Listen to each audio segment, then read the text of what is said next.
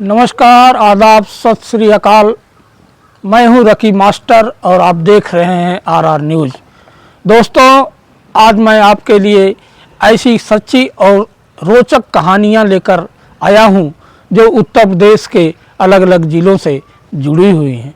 ये कहानियां प्यार, संघर्ष और सामाजिक उलझनों का ऐसा मिश्रण हैं जो आपको सोचने पर मजबूर कर देंगी। तो चलिए बिना देर किए कहानी की शुरुआत करते हैं। दोस्तों, यह कहानी साल 1999 की है। उत्तर प्रदेश के गौतम बुद्ध नगर जिले के एक छोटे से गांव में एक लड़की थी जिसका नाम था गुड़िया। गुड़िया की शादी मेरठ के रहने वाले एक फौजी आरिफ से होती है। शादी के महज 10 दिन ही बीते थे कि भारत पाकिस्तान के बीच कारगिल युद्ध छिड़ गया। आरिफ को अपनी ड्यूटी निभाने के लिए तुरंत युद्ध क्षेत्र में जाना पड़ा, लेकिन दुर्भाग्यवश आरिफ युद्ध से वापस नहीं लौटता है। न तो उसकी कोई खबर आती है और न ही उसकी मौत की कोई पुष्टि होती है। गुड़िया और उसके परिवार ने आरिफ का कई सालों तक इंतजार किया, लेकिन आखिरकार 2003 में परिवार वालों ने गुड़िया की शादी हरियाणा के रहने वाले तौफीक से करा दी। शादी के बाद गुड़िया और तौफीक का एक बेटा भी हुआ। फिर साल 2004 में एक ऐसा मोड़ आया जिसने सभी को चौंका दिया। आरिफ अचानक वापस लौट आया।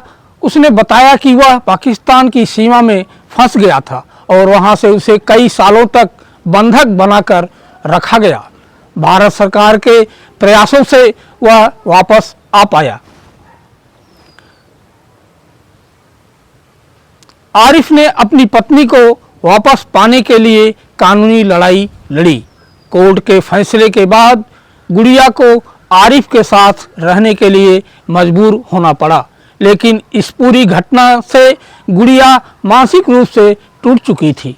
इस तनाव को सहन न कर पाने के कारण कुछ ही समय बाद गुड़िया की मौत हो गई।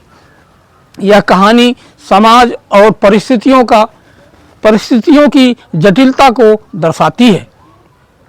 अब बात करते हैं उत्तर प्रदेश के संत कबीर नगर की। यहाँ की कहानी भी उतनी ही दिलचस्प और अनोखी है। साल 2001 में एक महिला अनीता की शादी रामशरण निषाद से होती है। शादी के 2 साल बाद रामशरण अचानक लापता हो जाता है।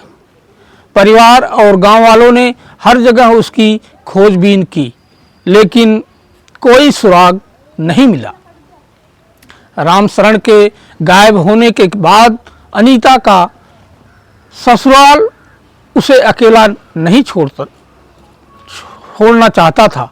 परिवार ने तय किया कि अनीता की शादी रामशरण के छोटे भाई रामबरन से करा दी जाए और अंततः उसकी शादी रामबरन से करा दी जाती है। अनीता और रामबरन का जीवन धीरे धीरे सामान्य हो गया। उनके 3 बच्चे हुए और परिवार खुशहाल लगने लगा। लेकिन 2014 में एक ऐसा चौंकाने वाला मोड़ आया जिसने सबको हैरान कर दिया। रामशरण अचानक वापस लौट आया।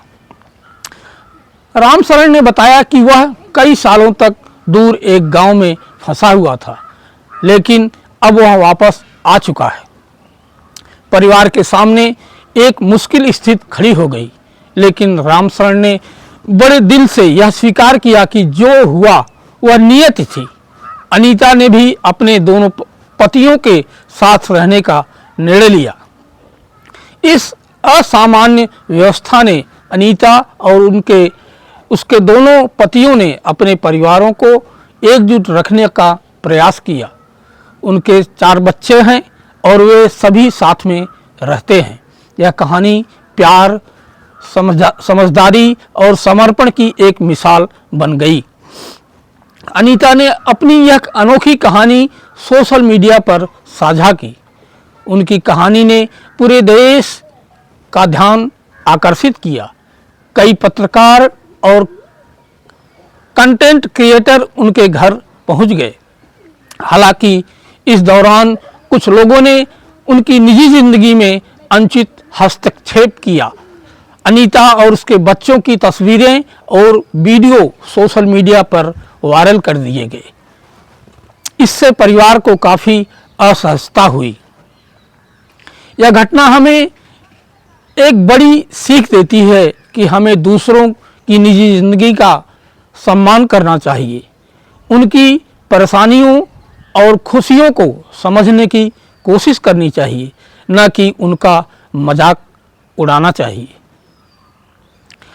दोस्तों, ये दोनों कहानियाँ हमें यह सिखाती हैं कि जिंदगी में परिस्थितियाँ कितनी भी जटिल क्यों न हो, प्रेम, समर्पण और समझदारी से हर समस्या का समाधान निकाला जा सकता है। आपको ये कहानियाँ कैसी लगी? अपनी राय हमें ज़रूर बताएं। अगर ऐसी कहानियाँ आपको प्रेरणा देती हैं तो हमारे साथ जुड़े रहें। अगले एपिसोड में हम आपके लिए एक और दिलचस्प कहानी लेकर आएंगे। तब तक के लिए अलविदा। जय हिंद, जय भारत।